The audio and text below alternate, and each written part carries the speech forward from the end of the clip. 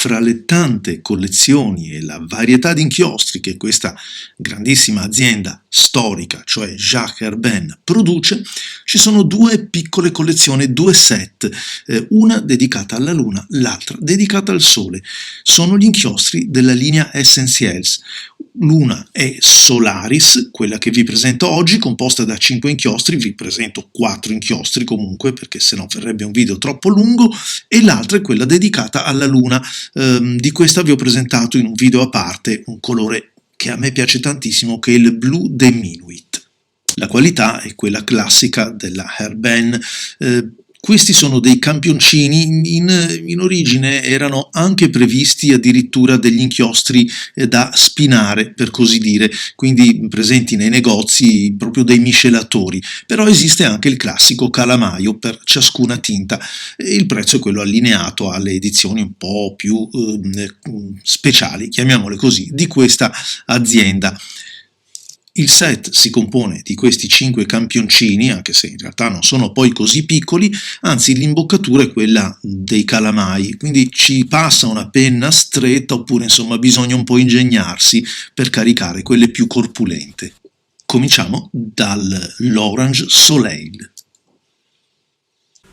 Una tinta assolutamente chiara, utilizzata su un pennino di gradazione fine o extra fine, si perde davvero. Ora voi la notate, la vedete qui che è ingrandita, ma se ripresa a tutta pagina si fatica davvero a leggere, quindi teniamolo presente, anzi tenetelo presente, ma non è una novità. Questo tipo di inchiostri così anche accattivanti e colorati, ma luminosi, chiari, hanno bisogno di un pochettino più di corpo. Ecco perché li ho provato su un pennino Fude della Sailor, perché mi basta inclinare un po' il pennino e accedere a quella che è la caratteristica tonale, timbrica e cromatica di questo colore. Eccola qua, infatti così diventa veramente apprezzabile. Così si legge, però è anche vero che il quadretto è un quadretto da 0,5 e abbiamo praticamente delle lettere, dei caratteri che eccedono il centimetro, insomma non si scrive sempre così. La tinta è bella, fuori dubbio, però molto chiara, riservata secondo me, o perlomeno nell'utilizzo che ne faccio io, soltanto a quei pennini che partono almeno dico dal medio abbondante. Anche perché comunque si perde un pochettino la bellezza dell'inchiostro.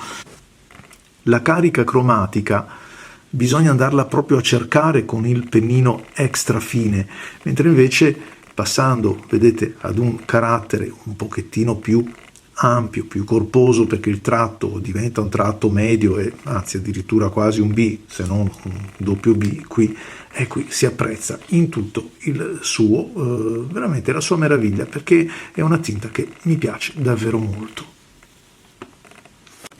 Discorso diverso invece per il rosso, questo Rouge d'Orient, che come vedete al pari di tanti altri rossi non ha problemi di misurarsi con un quaderno rigato, con il contrasto che si genera anche con un pennino extra fine come quello che vi ho mostrato poc'anzi.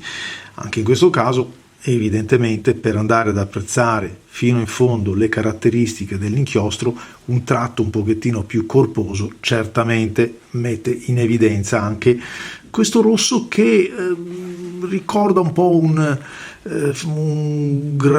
rubino, però è più acceso. Effettivamente è una tinta abbastanza intrigante sotto questo punto di vista, un po' come tutti i colori di questa linea, che sono senza dubbio immaginati, dato che insomma non è una linea che costa poco, immaginati per essere un pochettino diversi dall'ampia gamma che la stessa Herbin produce, perché gli inchiostri sono davvero tanti.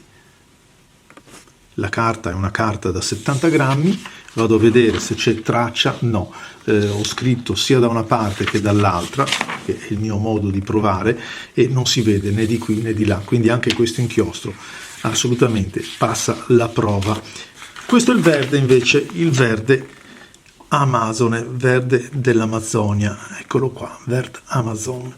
un verde che a me non colpisce più di tanto, mi ricorda altri inchiostri del genere che però non apprezzo particolarmente perché è troppo folgoranti per i miei occhi. Un verde smeraldo, un verde così deciso che non riesco ad abbinarlo o a coniugarlo con alcuna esperienza di scrittura o utilizzo di scrittura.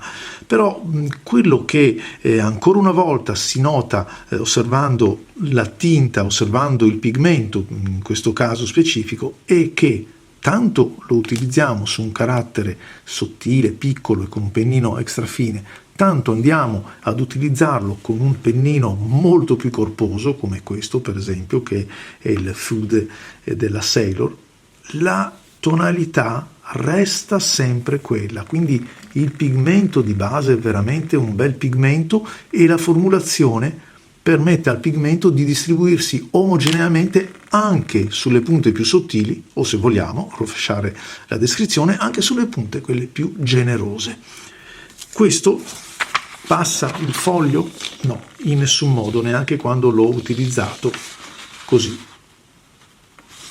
Arriviamo alla tinta più scura di questo set, più scura perché comunque il kit si chiama Solaris, da contrapporre alle altre 5 tinte che sono l'Ink Essentiels ma Lunares, quindi dedicati ai colori della notte.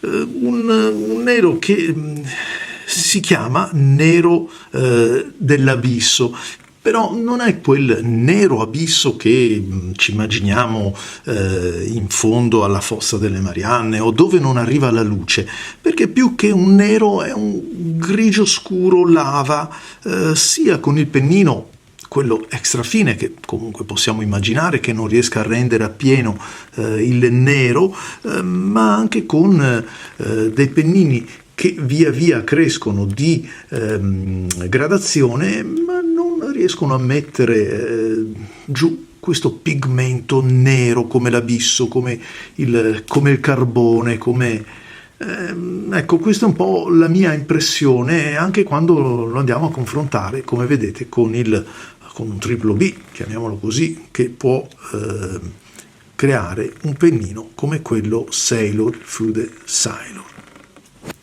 Di sicuro non è profondo, non è scuro come il Perle Noir della stessa Herbin e quindi ecco, teniamolo in considerazione, non lasciamoci per così dire ingannare da questo nome che potrebbe un pochettino portarci fuori rotta. Per la prova dinamica ho scelto il Rouge d'Orient perché è una tinta che mi piace moltissimo, al pari del Blue de Minuit invece della collezione Lunares. Anche il viola boreale è molto bello effettivamente, ma questo è quello che mi ha colpito di più. Lo provo qui su una carta comune, una carta da fotocopia, ho scelto il pennino MF di Sailor.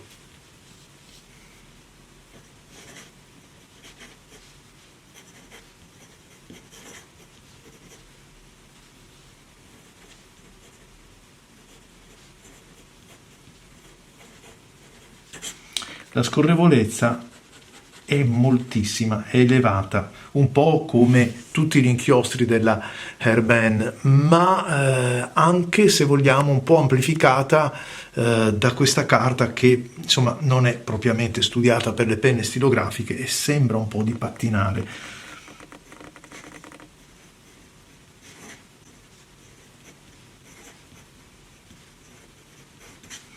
Basta appena rallentare un pochettino la velocità per ottenere quel giusto grado di controllo che secondo me è essenziale per la nostra grafia.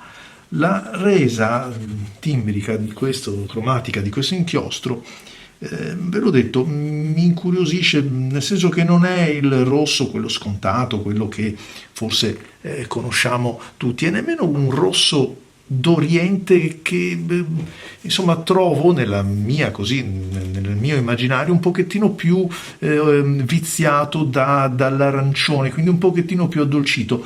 Questo lo trovo leggermente diverso da quello che mi sarei aspettato senza aver visto alcunché.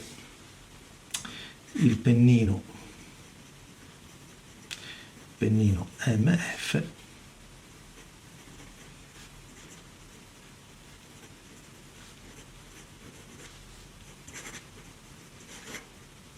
Profit, in questo caso è la Junior. Molto molto bello, ma soprattutto disponibile sempre, però non ci si può prendere troppa confidenza su questa carta, perché se mi metto a scrivere veloce con questo, eccolo qua, inchiostro, tende un po', vedete, un po' a scappare, devo correggere quello che invece sarebbe la mia naturale indole grafica. Come sempre trovate questi inchiostri presso il negozio Gold Pen e scrivendo nel testo del messaggio che siete iscritti al canale con il vostro nickname avrete senz'altro un trattamento particolare. A voi tutti amici, grazie, vi aspetto ai prossimi video.